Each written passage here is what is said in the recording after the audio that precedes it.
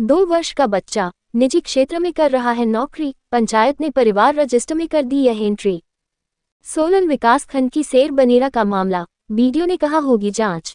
इस खबर के प्रायोजक है देश भर में सुप्रसिद्ध भूषण ज्वेलर्स, लोअर बाजार, सोलन, हिमाचल प्रदेश। आपका विश्वास ही हमारी पहचान है। और Preet digital hub, government degree college road, Kandaghat, जिला सोलन, हिमाचल प्रदेश। 2 वर्ष का बच्चा निजी क्षेत्र में कर रहा है नौकरी, पंचायत ने परिवार रजिस्टर में कर दी यह एंट्री। सोलन विकास खंड की सेर बनेरा का मामला, वीडियो ने कहा होगी जांच। बच्चे के दादा जोगिंदर सिंह की प्रशासन से गुहार, बीपीएल में होने के बावजूद सरकारी योजनाओं से हमें क्यों रखा जा रहा है महरूम। जर्जर हो चुके कच्चे मकान में रहने को मजबूर परिवार। सोलन विकास खंड की ग्राम पंचायत सेर बनेरा में परिवार रजिस्टर की एंट्री में एक कथित लापरवाही का मामला सामने आया है। 2 वर्ष के बच्चे की निजी क्षेत्र में नौकरी की एंट्री की गई है।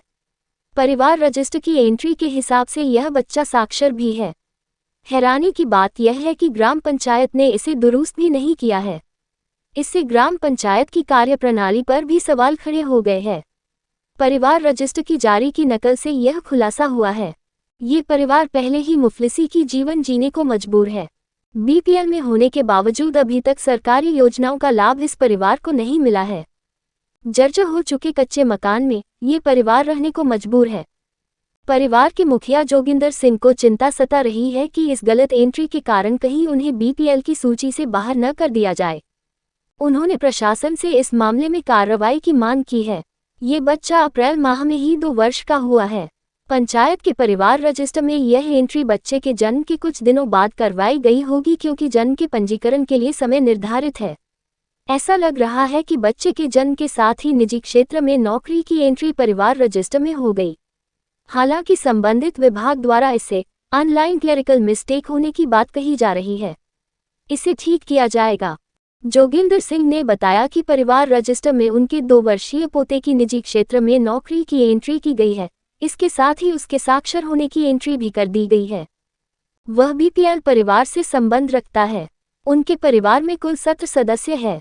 बीपीएल परिवार में होने के बावजूद उन्हें सरकार की योजनाओं को कोई लाभ नहीं मिला है। उनका कच्चा मकान जर्जर हालत में है, लेकिन उन्हें आवास योजना का भी कोई लाभ नहीं मिला है। बारिश का पानी घर के अंदर आता है। उन्होंने प्रशासन से गुहार लगाई है कि उन्हें आवास योजना के तहत आर्थिक सहायता प्रदान करने के साथ इस एंट्री का दुरुस्त करें।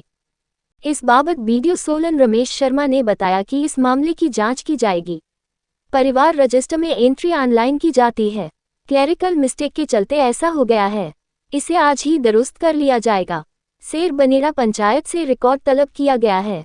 उन्होंने कहा कि यदि ये परिवार पात्र होगा तो उन्हें मकान व अन्य सुविधाएं भी उपलब्ध करवाई जाएगी।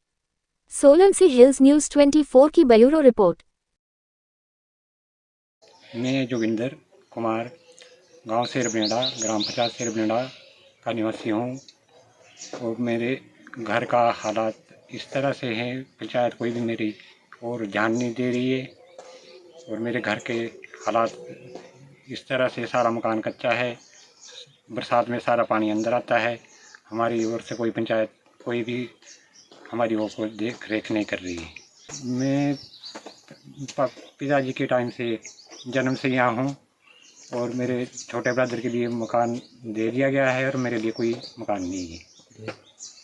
मेरे साथ भेदभाव किया जा रहा है। छोटा बच्चा है, भी 2 साल का है। इसके निजी क्षेत्र में नौकरी लिखी गई और साक्षर भी है, ये पढ़ा लिखा है। सब कुछ पंचायत वालों ने इस तरह से कुछ मेरे साथ किया हुआ है। इसमें मेरे को इंसाफ मिलेगी। मेरे घर के हालात देखा जाए, जो भी है मैं आपके सामने, इधर जो भी दिख रहा है आपके सामने दिख रहा है। इसमें मेरा नाम कमलेश देवी है और हमारे पंचायत से हमारे को कुछ नहीं, ऐसी सुविधा नहीं है। और बच्चे के लिए देखो, छोटा बच्चा है, 2 साल का बच्चा है, इसके लिए नौकरी दिला दी गई है। पंचायत वाले ने लिख दी। ये हमारे पास सब कुछ है भी। तो मैं आपसे एक रिक्वेस्ट करती हूँ सबसे, जो भी चाहे मंत्री हो, प्रधानमंत्री हो, हमारे को ऐसे बोलना तो नहीं आता। मैं अनपढ़ हूँ जी, है ना, मेरे को ऐसा पता नहीं है भी मैंने क्या बोलना क्या नहीं। पर ऐसा है भी, हमारे घर बार देखा जाए सबके लिए इतना है भी सबके लिए दे जा रहे जी मकान। यहाँ पर है भी हमारे देखो इधर यही है ज़मीन जो हमारे पास है, तो उनको भी मकान दिए गए।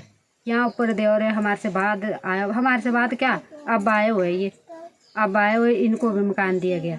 तो इसी ज़मीन के ऊपर से इनको मकान दिया गया। हमारे को कोई सुविधा नहीं है पंचायत की ओर से, है ना। जब वोटें मांगनी तो सबसे पहले हमारे से वादा होता है भी हम सबसे पहले तुम्हारे को मकान दिया जाएगा।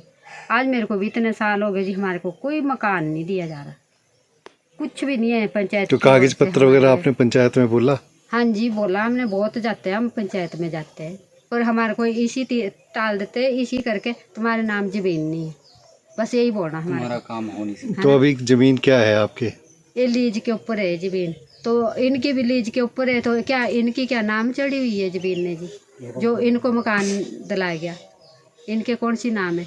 इसी ज़मीन के ऊपर रह रही है अभी। ग्राम पंचायत शेरबनेड़ा का मामला मीडिया के माध्यम से मेरे ध्यान में आया है कि वहाँ एक बच्चा जो अभी 2 साल का है, उसमें उसको साक्षर दिखाया गया है और साथ में निजी क्षेत्र में कार्यरत बताया गया है।